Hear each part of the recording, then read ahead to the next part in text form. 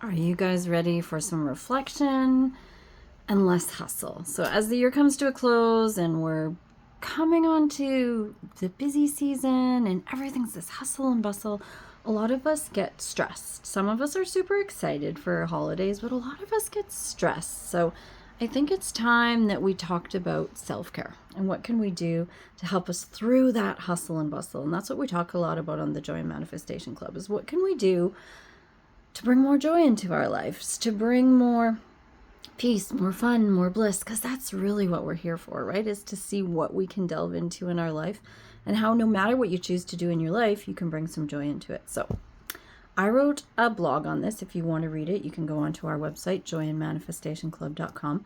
But I'm going to read you the blog because I just think it's nice if we talk about some of these ideas. So I'll give you a little bit and we'll reflect on it and then just take some time for yourself. You deserve it. Okay, as the year draws to a close, it's easy to get caught up in the frenzy of the holiday season. With parties, gift giving, family obligations, and end of year work pressures, we often find ourselves running on empty. But what if we took a different approach this year? Like, what if we did? What if instead of getting swept up in the hustle, we spent the last few weeks of 2024 reflecting on our growth, practicing self-care, and setting ourselves up for a joy-filled 2025? I'm not talking so much about resolutions, and if you do resolutions, I'm not telling you not to, but just start thinking about what it is you really want to feel into this year. This doesn't mean you should ignore the excitement of the holidays or brush aside the fun. You deserve to enjoy the magic of the season, but take time to reflect on the past year so you can help yourself enter 2025 with purpose and clarity. It can help you prepare mentally and emotionally to manifest the life you desire. You don't need to wait for January 1st to begin this process, and that's what I mean. This doesn't have to be a resolution. This doesn't have to be a have to. This is just starting now so that you can ensure you're more grounded and you're more ready for the year. I think a lot of times we don't, or we put it on hold, or we wait, and then sometimes we don't get to it, or it becomes a have to. So it's time that we reflect on the wins and we celebrate the growth we had in 2024. Before diving into the madness of the holidays, take a moment to reflect on the year you've had. Think about the ways you've grown, the challenges you've overcome, and the victories, big or small, that you've experienced.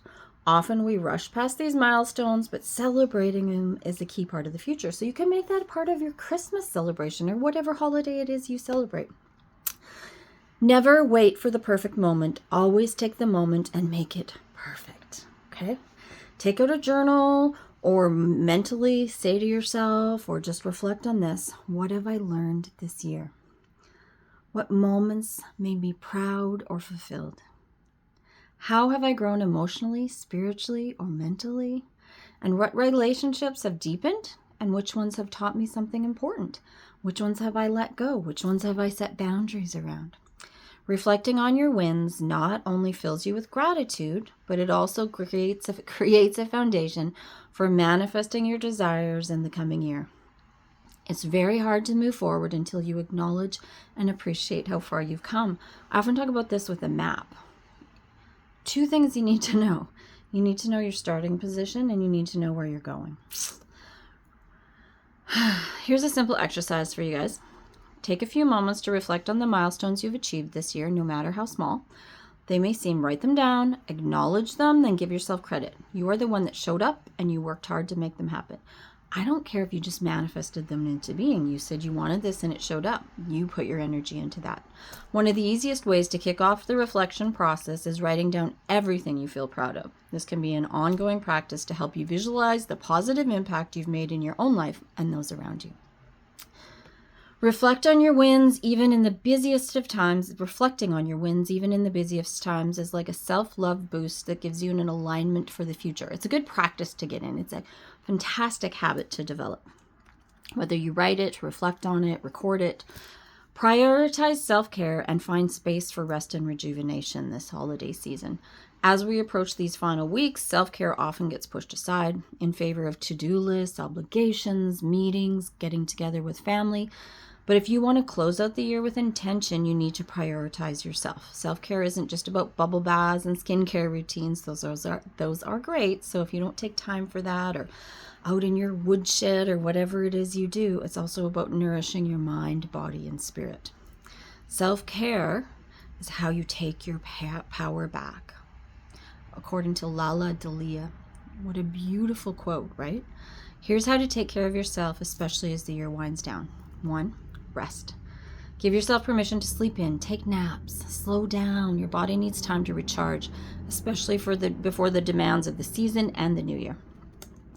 Nutrition, and I am going to be the first one to say I'm guilty of this, goes to poop usually in this season, and then we go on this rampage in January. You can still put in great nutrition. It doesn't mean you're not going to eat the sweets or things aren't going to come up, but look after yourself. Don't wait for the new year to start. Prioritize nourishing, wholesome foods that support you. Mental clarity. Take time each day to sit in quiet reflection, meditate, practice mindfulness. This will help clear away the mental clutter and make space for good things coming your way. This is a good thing even in the morning, to just count backwards from 50 or 100 and just get yourself into a relaxation. It's a beautiful practice to do.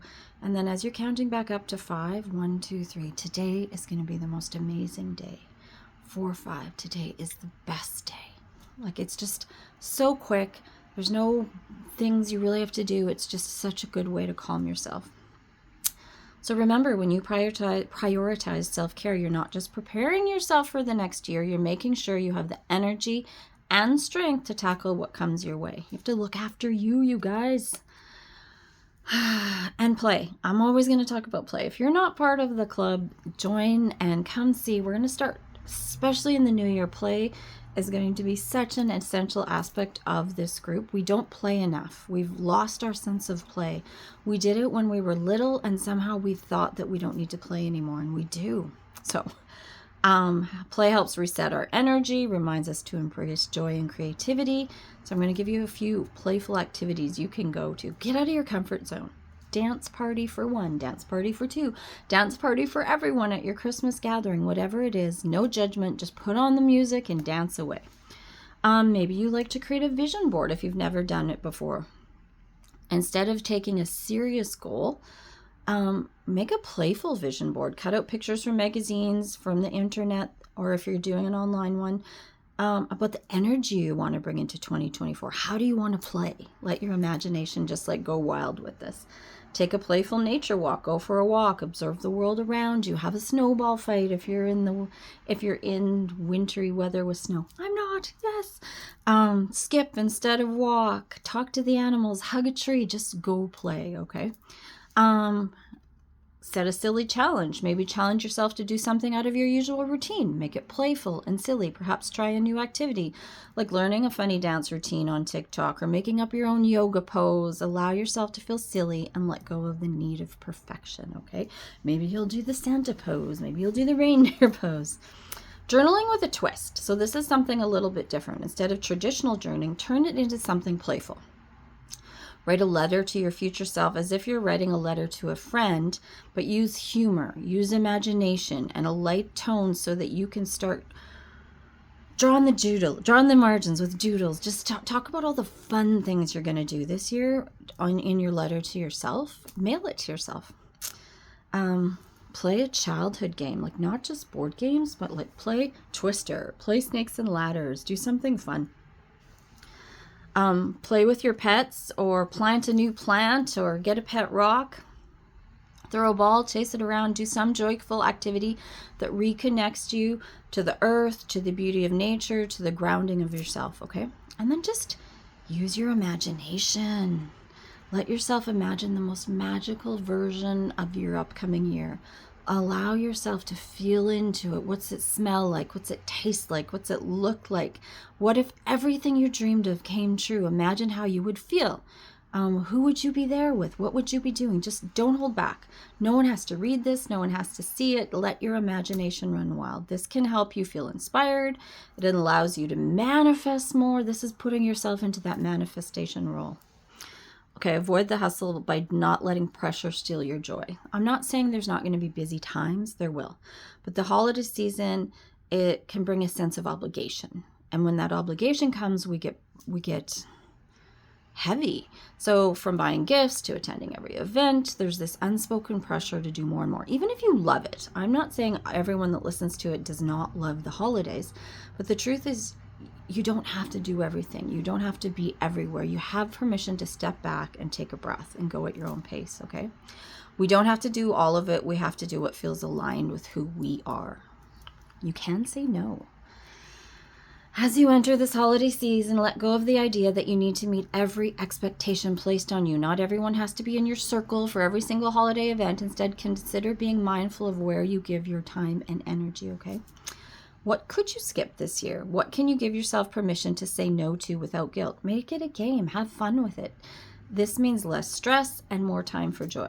This holiday season, commit to doing only what feels right for you. I'm not saying don't do things with family, but really feel into it, okay? You'll feel that when you take off the pressure, that the true magic of the season reveals itself. Spend Christmas Day in your jammies. I don't know. Preparing for the New Year's, you can start then writing it down and getting clear. Well, many people wait until January 1st, like you're going to do that, to think about your goals and your resolutions. Start now. What do you want to manifest? The future depends on what we do in the present right now. That's a Gandhi quote. Here's a simple exercise to prepare for the new year. Write down your desires. What do you want to manifest in the new year? What are your big dreams and goals? Get it all out on paper. Start getting clear. Clarity starts with writing it down. Visualize your year.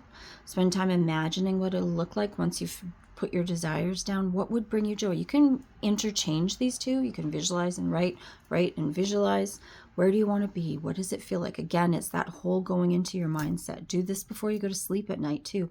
And then break it down into some actionable steps once you have a clear vision. Part of manifesting is also taking action. You can manifest a world record. I want to manifest a world record at high jump. You still have to practice high jumping, right? Take actionable steps. When they get smaller and you have achievable goals, then you work your way up. You can reward yourself for it. It's just easier for you to attain that. Start now, and then you'll be entering the year with a sense of purpose because you'll be laying the groundwork already. Okay? So let's close out our year with intention. As you head into the final weeks of 2024, take a moment to pause and prepare and reflect on your growth. Protect your peace with boundaries and nourish yourself with care. If you want to learn a little more about boundaries, last week we talked about boundaries in the blog. Go ahead and go read that one. Set your intentions for the coming year and get clear about what you want to manifest in 2024. The best part, you can do all of this without the stress. Embrace this time as an opportunity to slow down, find joy, and cultivate the life you truly desire. And if your stress comes up, don't feel guilt about that either. You're the master of your thoughts. So start noticing if a lot of your stress is around your thoughts. Like, oh, I can't believe so-and-so came, or, oh, I can't believe I have to hang out with. Turn that around. Oh, I wonder what adventure we're going to have. I wonder what Aunt Sue is going to do this year. That's something like that, right? You deserve to end this year feeling at peace, grounded, and full of joy, ready to enter 2025 with intention and clarity. Okay, I'm going to read you one of my favorite poems to close this out. It's by Mary Oliver, and it's called The Journey, because I want you to enter into 2025 as if it's a journey, okay? Here we go. The Journey by Mary Oliver. One day, you will finally know what you had to do, and you finally knew what you had to do and began. Though the voices around you kept shouting their bad advice, though the whole house began to tremble, and you felt the old tug at your ankles. Mend my life, each voice cried, but you didn't stop. You knew what you had to do, though the wind pried with its stiff fingers at the very foundations, though their melancholy was terrible. It was already late enough and a wild night, and the road full of fallen branches and stones. But little by little, as you left their voices behind, the stars began to burn through the sheets of clouds, and there was a new voice which you slowly recognized as your own, that kept you company as you strode deeper and deeper into the world, determined to do the only thing you could do, determined to save the only life you could save. Love you. Okay, you got this. You are magnificent.